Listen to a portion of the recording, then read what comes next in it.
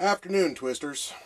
Welcome to another edition of Art's Attention Gainer for Zgirl Everything Zombie Apocalypse. We're going to talk about this a little bit later. There's a reason why I had it on. Not just because it's fashionable, but we'll cover that in a little bit later. Let me get it squared back away here real quick. It's one of the things you always want to do is make sure your gear's squared away and put back the way you get it out, prepared to use. Because if you don't, you're never going to know when you need it.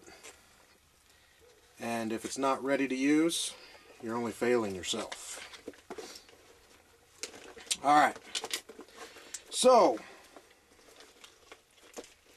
let's kick right into it. We're going to do a little DIY that I started working on a while ago. I saw it on the internet like everything else that I do on my my testing for DIY do-it-yourselfs or DIYs. Haven't heard anything. I've been looking a little bit into the homemade chem lights. One thing I found out was that we partially had it right. We had some of the chemicals that we needed in there right, but for the most part, there's no real honest way to make your own chem light without going to a chemistry store and buying the components you need. So basically, homemade chem light's just not going to happen. It's not going to work. But what I want to talk about today is it's do-it-yourself stove. And basically it's made out of, if you can see that right there, it's made out of a coffee can. This is one of the smaller coffee cans. I picked this one up at Family Dollar. I'm a big proponent of Family Dollar. Best bang for your buck. You can get a lot of stuff there. Drink coffee all the time if you haven't noticed already, so I have tons of these laying around. Simple and easy to make, simple and easy to use. Pretty much, we just took it, and maybe on down the line I'll do an instructional video on how to make these.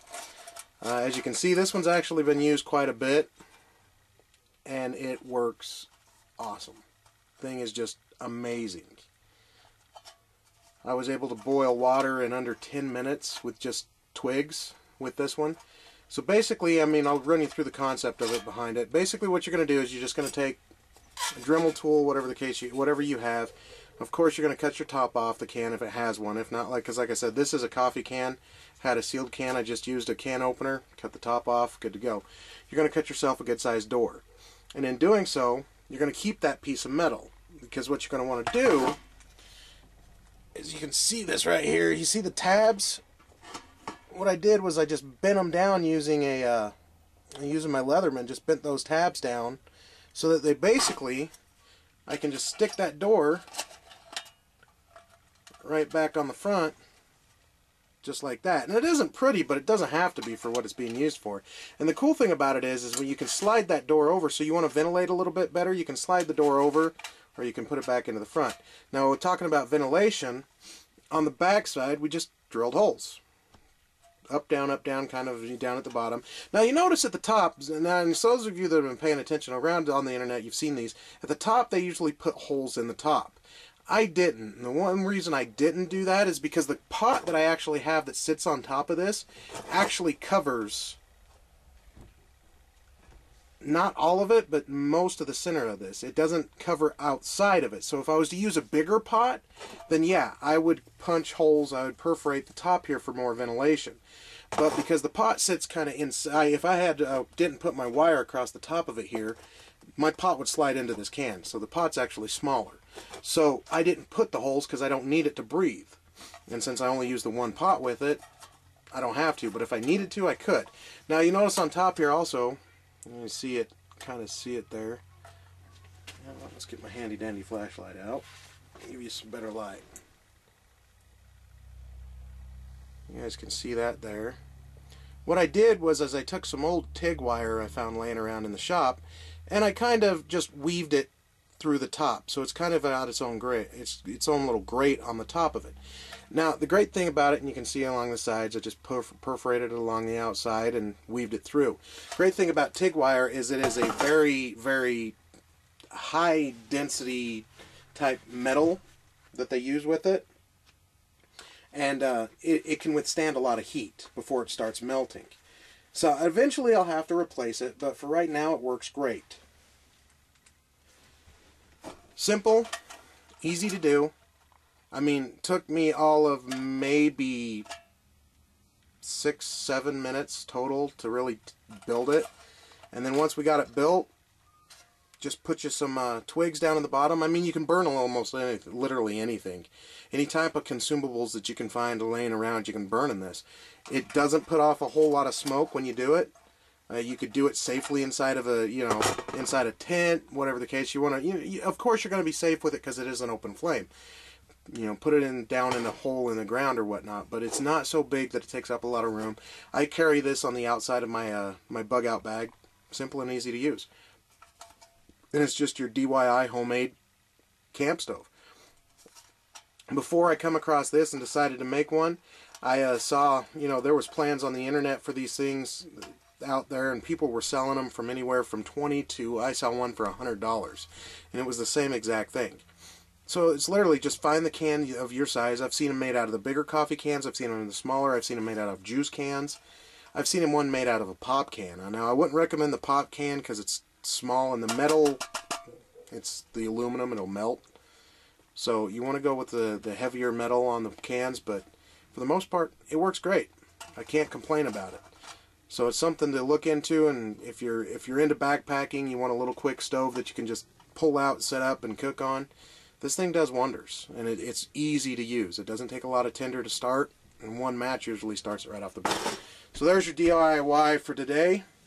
As always, if you've got something that you've seen on the internet, or you've seen somebody do and you're not sure how to do it, or you're not sure that would really work, let me know. Drop me a comment. Send me a message, and we'll see what we can look into doing for you. Alright? Okay. Now, let's go back to our happy, friendly gas mask here. Alright?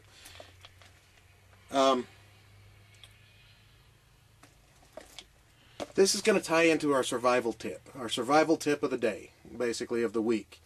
And it's kind of interesting, because when I was thinking about what kind of survival tip I wanted to talk to you guys about, I was sitting there, and we just kind of had a bad run of radioactive zombies come through the area. Now, these masks really don't do much for radioactivity, but they do help with some of that.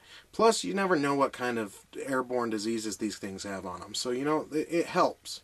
So I was sitting there, and I had my mask on. I was taking care of that situation. I was like, you know what, that's a good tip. Because one thing I bet you a lot of people don't realize about gas masks, and there's a plethora of them out there. You can buy them on, before the whole big apocalypse happened, you could buy them anywhere. You could buy them on eBay, you can buy them on Amazon, you can buy them at, all to run the gambit of costs. Interesting thing about it is this right here, this canister. Now this is actually, just for today's video, this is actually a training canister. Yes, it would work in a pinch, but I didn't want to break out my good canister, and I just demilled another one. Not demilled, but I just decommissioned one dealing with those of zombies. So we're going to set this mask aside for right now, and we're going to talk about this canister. We'll go back to the mask here in a minute. Canisters on your gas masks. Now, every gas mask you buy, they come with them, okay? Usually they're typically sealed. Now, I'm pretty sure, just like our standard, and this is a standard military issued gas mask, I'll bet a little older than the newer models out there, but it still does its job. Canisters go bad. I don't know if a lot of you knew that, but yeah, over time, canisters will, once the seal's broken on them, let me pull out the other spare. So, this is what they look like for my gas mask when you get the canister. It's a canister chemical biological mask, one each. Comes sealed. And as you can see, it's a little old, but it's still good. It's still sealed. And it's like the old tuna cans, or the Spam cans. You got your key on there, you pull it off, crank this open. Once you pull that canister out, that canister now is active, and it has a shelf life on it, basically. It can only last for so long. And if you get into a situation where, put this back in my mask carrier, there we go. You get in a situation where you actually have to use it with you have a live contagion in the air, you live contaminant or whatnot. Once you come out of that contaminated area, that canister is no more. It's no good. You're done. And I don't think a lot of people understand that, and a lot of people have that explained to them. So it's like the same concept with the HEPA filter masks that you can buy for dust and whatnot. Not as good as this, but it'll work. But the thing is once it's contaminated, it's done. You can't reuse it. So it's not an infinity use system. It's like the gas masks. Gas masks are not an infinity use system. This this canister on it, once it's been contaminated, once it's been used, it's done. And if you take it back and you go back into a clean environment, and you take this gas mask off, toss it over in the corner and don't think anything of it, what you're basically doing is you're contaminating that area, because all the contaminants that you were breathing in are sitting inside this canister, and they can fall out. And I don't know if you're going to be able to see it, but you can see inside the canister right there, you see the circular ring? Underneath that is layer upon layer upon layer of different filters. And U.S. military is pretty big into one filter works for everything. All right, now you can get other canisters that are for airborne contaminants. You can get for methane. You can get them for all different types of things. The biggest thing is you got to realize it's a one-time use only. Once you use this, it's done. And I'm not going to quote to you off the top of my head because it's been a while since I've had to look into it or had to quote it. Once they're cracked open, they only have so long, and then you can't use them anymore. You can't guarantee the safety of your body on that canister. So think about that when you're preparing for that type of disaster. I mean, I remember back before everything happened, everything was going on, I was living in Maryland, and there was a big scare of anthrax and airborne contaminants and things of that nature, and there was a huge run on Russian gas masks. I mean, everybody was buying these things. The thing is they bought them, and they had them available to them, but they only bought one canister. And they all freaked out, so they break out these gas masks, and they're like, ooh, I got them, and they put the canisters on them. Canisters are open to the air. They're sitting on the shelf, ready to go, and if anything happened after 30 days or so, who knows if those canisters would have worked, and who knows if those canisters hadn't been already exposed to air between the time that the person purchased it and the time they have it now. It's not something that's put out there. So be very, very, very, very careful when you decide, if you're going to decide to get a gas mask. Sealed canisters, leave them sealed. I mean, to practice putting it on, you don't need a canister on here, but it's good to get one, so you can always get your training canister. Because here's something else a lot of people don't understand. How do you don and clear a gas mask? I mean, unless you've been in the military, and even then, it's just kind of, unless you're in a unit that uses these all the time, like mine was, it's just a matter of you put them on once, and you're good to go. Most of the times, you don't even wear them after that. So, I mean, the simple thing is, and you can see how I got mine set up. I put my canister on. Headsets across the top. Let's take off the old extra eyeballs. You're going to put the mask on. You're going to grab your tab, pull it back, and then you just cinch down. You start at the bottom and work your way up. Just cinching down your straps to make it tight.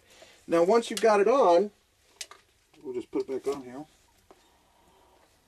Now, here's a myth that everybody says, oh, if you've got a beard, you can't wear a gas mask and you can't seal it properly. Bullshit! Because I can do it right here, right now, without even cinching it down. The way you're going to tell if you've got a good seal, you're going to take your free hand, you're going to hold the mask just like this, and you're going to slap it against the canister. That gas mask should suck against your face. You guys should have been able to visually see that. Watch the side. See that? Let's try it one more time. See that? Means I got a good seal, and you see my face fur right here, you know, my face Kevlar going on. I got a full beard. I mean, it goes all the way up underneath here, and I got a perfectly good seal. I don't know where that myth came from, but myth busted. So, gas masks and canisters. Sealed canisters. Get you a training canister. Put my eyeballs back on here so I can see straight. Get you a training canister, but have 2 or 3 sealed canisters per gas mask. And that's where it's going to run into your cost. Now, if you've got your HEPA filters, realize, you know, your HEPA filter masks, it's the same things. They may work. It's better than nothing. Sealed. Don't take those filters out of those replaceable HEPA filter masks. Don't take the filters out of their protective plastic until you need them. And then if you do happen to use one, put it in a bag and keep it as a training one so you have them. All right? And always check your mask. You know, it's a kind of an interesting story. I hadn't pulled mine out in a little bit, and I've had it stored with my gear, and I pulled it out, and Had a wasp in it. That would have been a bad thing. Maybe a little chewy. A little bit of a yum-yum going on there. Wasps. Good protein. So there's your safety tip. And of course you guys have seen me when I come in most of the time. I've got just my face mask on. Same process. Don't try to reuse something once it's contaminated. Once it's contaminated, trash it, no matter how much you like it. So always get a couple of them. You know, safety goggles, eye goggles, you want to make sure if you wear glasses, mine fits over my glasses, it works great, doesn't fog up too bad. You're going to have that issue.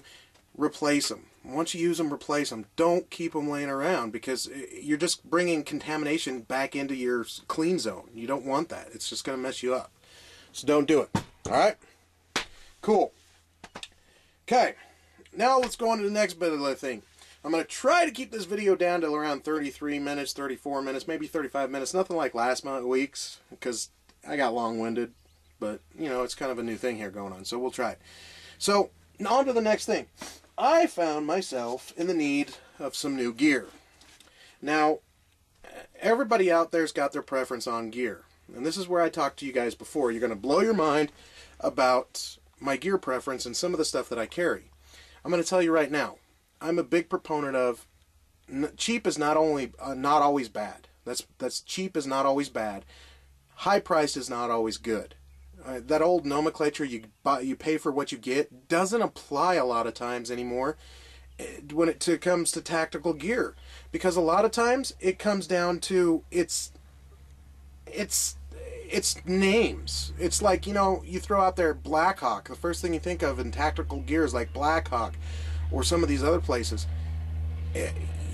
You're buying gear that you're buying name more than anything else anymore. I mean, I have pieces of gear that from Black Hawk that I have put through the ringer just as well as any other piece of gear that I have, and it's fallen apart in 2 days. Whereas some of this other stuff that I carry has been with me since, well, like my K-bar, since 1998. You know, even a little bit before then. So, let me show you this new piece of gear I got. So, I'm a big fan of chest rigs. You know, you put an IBA on, that's, you know, individual body armor, that's fine. You got your ballistic plates or whatever, that's fine. Me, I like movement. I like being able to breathe. I like a little bit of, you know, carry my gear and not have a lot of weight on me so I can move. To me, I don't need to be that armored knight, because maneuverability is better to me than being able to stand there and take 2 rounds to the chest. Because if they're hitting me, then I'm not doing my job. I'm not moving. I'm not shooting, moving, communicating, getting out of the area, returning fire effectively. Because if they're able to hit me, then no, that's not my mindset. And that's been drummed into me from day one, since long before even my military tours. So I picked myself up, found myself. It is the Condor chest rig. And it's actually called the Condor chest rig set. And right there, a bunch of you are going, "Oh God, it's Condor!" No! Whatever. I've used Condor for years. Not only are the prices not too bad, and okay, of course, you're going to have those guys out there, "What are you, an airsoft geek?" Well, yes, you know what? I do enjoy airsoft. And I'm not the only one. There's a bunch of us old battle beards going around that do it a lot. And we actually use it for training. It's not for just your kiddies anymore. But anyways, Condor isn't just for airsoft. This is my work gear. This is my zombie slaying gear. This is my range gear. I use it for everything and anything that I can use it for.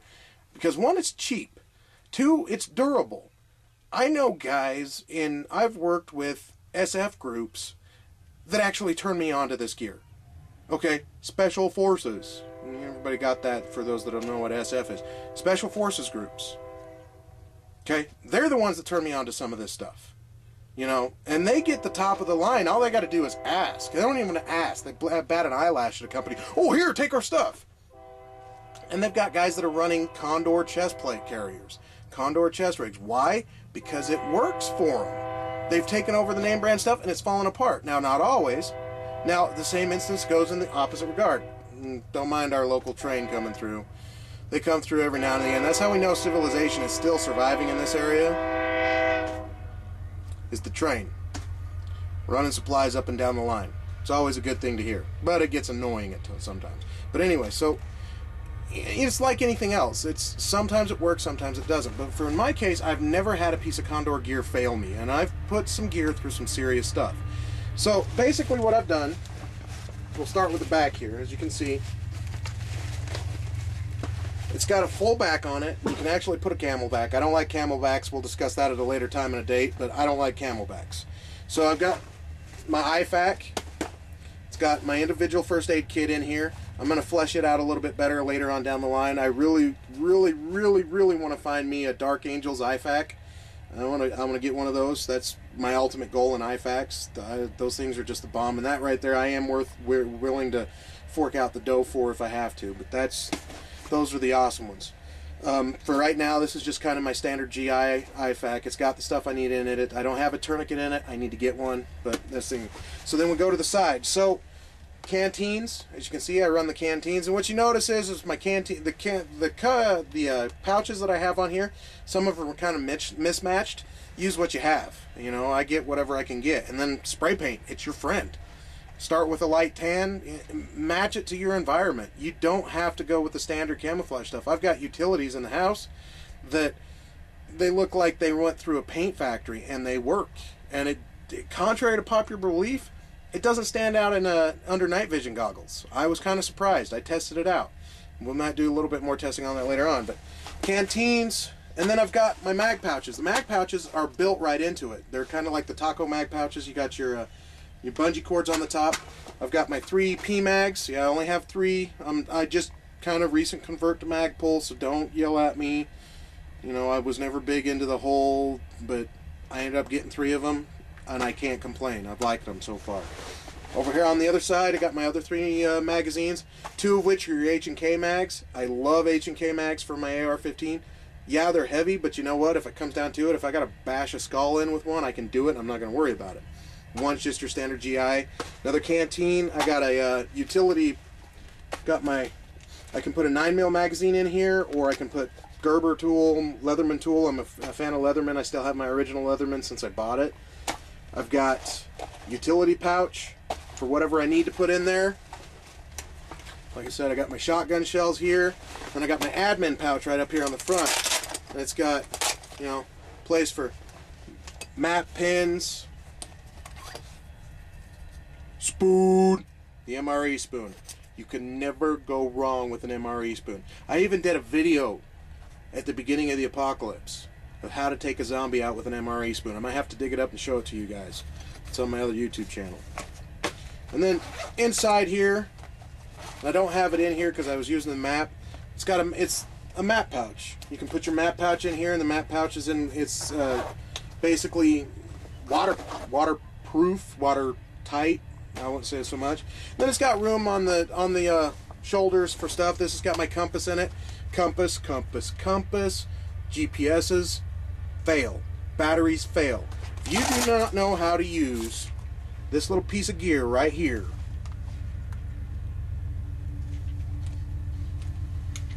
and it's whooping my ass. You see that? There we go.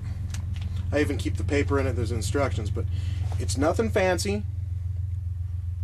It's pretty. It's not a cheap one, but it's not an expensive one. But it works. I've never had it fail me.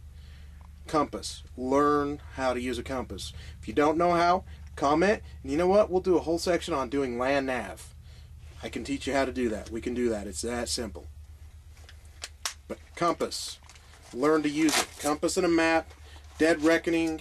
Terrain association. All that good stuff. So we'll put our compass back in our pouch. But that's pretty much it. I mean, it's a simple, lightweight rig. It's kind of cool because up here in the front, as you can see you got these buckles right here. That's actually how it comes apart. It's like your standard vest, but it's not in a way. Because the admin pouch can unbutton, you can take it off, you unhook these and pop it off, and it goes to town. Oh, and of course, for those of you that are wondering what this dangling off the side is, homemade mag pouch holder, or homemade dump pouch. That was made before dump pouches were the in thing. We used to use them all the time. We just take the sleeve off of a BDUs, cut it at the elbow, sew it up. Me and my guys, we made our own gear for a long time, you know, and we still do it today. If you can make it yourself, do it, you know, and that's the only way you're going to find out how some things work and some things don't. Some things don't. So that's your Condor chest rig set. I'm a big proponent, as I said, of Condor. Cheap, effective, it works, and I beat the snot out of it. I mean, just used it to no end. So I give it a thumbs up. Thumbs up. Yeah. Okay. Alright. So moving right along. And let me know if 30 minutes isn't enough, because I can always go longer if you guys like it, if you're getting good information out of this stuff, because I don't want to feel rushed. I don't want you guys to feel rushed in this. Plus, as always, like, comment, subscribe. Let me know what you guys want to see. Let me know what you guys want to hear, or see what you want to do, because I could throw stuff out all day long, but if you guys aren't letting me know, I really don't get that input. If you give me the input, it comes to me, then I get back to you. That's the way it works. So I can make sure you guys are getting the information that you want. And it's fun. So let's look at our next thing on the tip here. Book reviews. Now, if you're a fan of the page, you guys know that I try to throw out there, I grab another pages on Facebook. They do a book of the day thing from Amazon.com. It's free. You do not have to have a Kindle to get these books. You can use the Kindle app that work on any smartphone out there. So if you got one, or you got an iPad, evil. Did you know Apple is run by a zombie? Think about it. Think about it. Okay, anyways. But you can get these out there. So I picked up a book. I've been grabbing some that have been interesting me, and I try to grab them. So I picked one up so I'd read it, and I grabbed it this morning, picked it up to read it, so I could give you guys kind of a review on some of those books that are coming out. I picked up, just to grab it, because it was a quick book, 10 Tips to Become a Prepper and Survive Doomsday by Butch S. Hardcastle. And here's your cover. Gas mask. She's got a little bit of, I don't know what kind of trousers she's got on, but she's got Suspender Thursdays going on there. Yeah. If she's a survivor, she's doing pretty damn good for herself. But, and it comes right out. He says thanks for buying it. And in the introduction, he comes out and he frankly tells you, he says there's 100 scenarios out there, there's 100 of books out there. This one will roughly take you about 100, yeah, woo! Take you about an hour to read over a lunchtime. It's not an in-depth prepper book. It's not a how-to book in most cases, but it does cover a lot of interesting topics. I mean, it covers most all the basics, you know, food, water, shelter, and then it goes into location, vehicles, health, fuel, communications, weapons, education, and final thoughts. The cool thing about it is he approaches it from he doesn't approach it from thou shalt do. Thou shalt do this, thou shalt do that. He comes at it from a very common sense, very simple perspective. And I don't want to say simple as in like simple, like dumbed down, but it's just a common sense perspective. It comes at it, okay, you need water. Okay, so yeah, you need water. You're going to need water. So you need to look at where you can find water, how you can find water. You need to learn that. You know, you're going to need food. He covers that in pretty good depths. You know, he has some good tips about it. You know, if you're doing pasta, leave it in the plastic. Seal it in the plastic. It's going to stay longer in that plastic than if you put it out and possibly put it into something else. Now, unless you're putting it into another airtight packaging, but you always want to leave it in the pasta and then put it in a second airtight package. That way you got 2 layers. And don't store it on the floor, because you store it on the floor, then you get mice, and mice don't add protein, they just add crap, and crap everywhere is bad. Okay. The cool thing I liked about the book is it's about an hour read. I mean, if you're a little bit faster reader, you can kick through it pretty fast.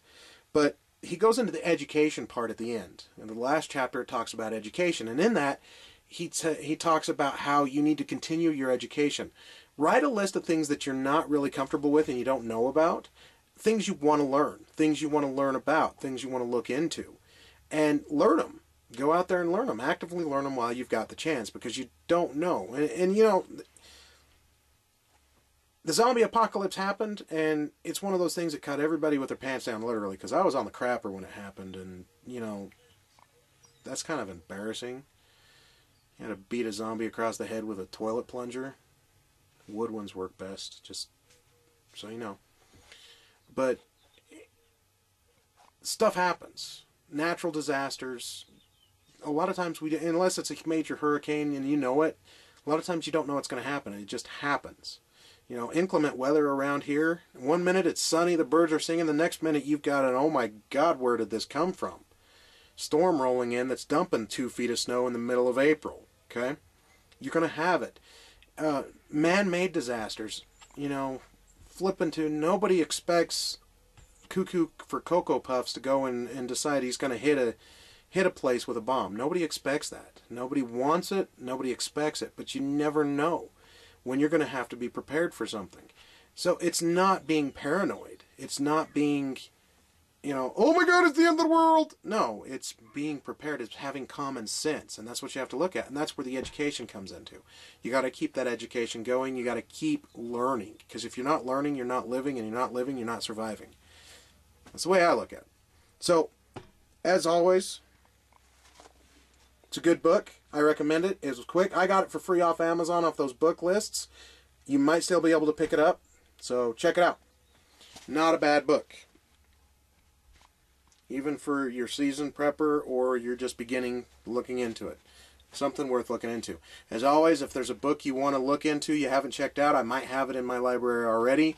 Or give me a recommendation for a book. I'm always open to any kinds of books. It doesn't have to be zombie or prepping related or survival related. Anything. I've got some in here that I'm reading right now that I'm going to do a review on later on down the line that I think you guys will like. So, thumbs up. Okay, let's go on into our news. So, Zgirls, Lisa, of course we all know, she's got her zombie walk coming up in July 4th. Not too long from now if I look at my Mickey Mouse watch. It's got some time on it still, but it's coming up.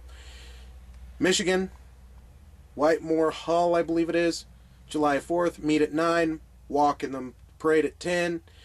Flyers are out. If you want to take a look at the flyer, jump on their group and take a look at them. They're freaking awesome. I don't know who did it. One of the members of that's actually walking in it, from my understanding, drew it. Did an awesome job. I like it. I dig it. I'm going to see if I can get one sent to me so I can hang it on my wall. It'd be awesome. And we know there's going to be prizes for contests and costumes and non-costumes and all that other good stuff. But also, Lisa busted out 2 new patches. And for those of you that don't know, she does patches, and these things are awesome, okay? She busted out 2. That's kind of fun, watching my fingers do that on the camera. Woo! Okay, anyways. Sorry, nerd moment. Alright, so Lisa did 2 new patches up. She did one that is going to be for $5. Now, let me explain the costs on these. After reading through it, and I checked the Facebook page again, just to make sure, the cost on these go out to the food gatherers. It's an actual group, from what I understand, the food gatherers. All funds that get paid for these patches go to the food gatherers. Now, the cool thing about it is these 2 patches total will cost you $15. Most places you can't buy 1 patch for $15 of this quality, let alone 2. Especially zombie-related patches. And these are kind of cool patches. The one is the state of Michigan, and it's got a bunch of information. You know, the Michigan Z-Girl Lisa. Yeah, ooh, I almost slipped. You see me? You caught me there, didn't you? Z-Girl Lisa's walk for something or other. I'm not going to misquote this for you, but it's in there. And the pictures are on the group. And it's an awesome patch. It's a Michigan patch, and it's the state of Michigan, and it's got all the info, you know, the title and everything, and it looks great. It's definitely one to get, especially if you live in Michigan and you're a fan of zombies. It's the apocalypse. Who isn't a fan of zombies? So you got that one there. Then you go and flip to the next patch. Now the next patch is freaking awesome. This thing is just mind blowing. I love it. It's a zombie ribbon. And you know, you've seen your ribbons out there for breast cancer, for, you know, military awareness, support your firefighters, all awesome ribbons. This one is for that walk. It's for the zombie walk happening in Michigan. And that one's $10. So for the 2 of them, it's $15. Plus, if you purchase them not attending, you might have to talk to her about shipping and handling and things of that nature. But it's $10 for the zombie ribbon, and you have to see it. If I can pull pictures up and add them to this, I will. I'll try. Remember, editing and all that goobly gunk. Yeah, here's my editing. Woo, woo, woo. You all get sick now? Looks like a face grabber. Okay, so those 2 patches, freaking awesome. $15. They're going to be for sale at the event for those of you that attend. Pick them up. All the funds go to the food gatherers there in Michigan. Support that group. Noble cause. Good to go, all right? Now, next piece of news, we're going to throw a shout out there to How to Survive Zombie Apocalypse UK's webpage, or their Facebook page. They just hit 1,000 members. I was hoping we'd hit 1,000 members before they hit 1,000 members, but we're getting there. I'm noticing every day we're getting new members. So welcome to the fan club, welcome to the family, welcome to the survival. I mean, I think the last time I checked, we were pushing about 841. I remember we set a goal. We were going to try to get 1,000 by the end of May, I think it was. May? End of May? Yeah, let's try. You know what? Let's do it. I don't see why we can't. 1,000 members by the end of May. Let's make it happen. Maybe. If not the end of May, then maybe middle of June. Either way, let's make it happen. That's pretty much all I got for you guys. And it's only sitting at 36 minutes, so I did pretty dang good. So as always, make sure you check your gear. Recap real quick. We covered, check my notes, tin can stove. This thing's awesome. I'll get a video of it out there for you. I've got one already up. I'll throw it out there for you so you can see it burning and working. It doesn't use a lot of fuel. Gas masks and all that's involved in it. Remember, those canisters don't last forever. Once you expose them to open air, they're contaminated. They only last so long. So have a supply of them on hand. Beards, you can't get a proper seal with face Kevlar. Showed you right there. We all saw it. Showed you how to put properly don a gas mask and clear it. Now, I don't think I covered this correctly. Why do you want to clear your gas mask when you put it on? Well, if it's a contaminated environment, when you put that gas mask on there, if you don't clear it by putting it on there and sucking it in and then blowing out on the bottom of the seal, you push it in, blow it out, and then suck it in. You want to blow out before you suck in, because you want to blow all of the bad air, suck it in to make sure you got a seal, and then you got your clear seal and clear air. Okay? So you want to do that. And then our book review, quick, down and dirty. Check it out. So with that, as always, Twisters, keep it twisted, stay safe, and carry on. I will catch you guys next week.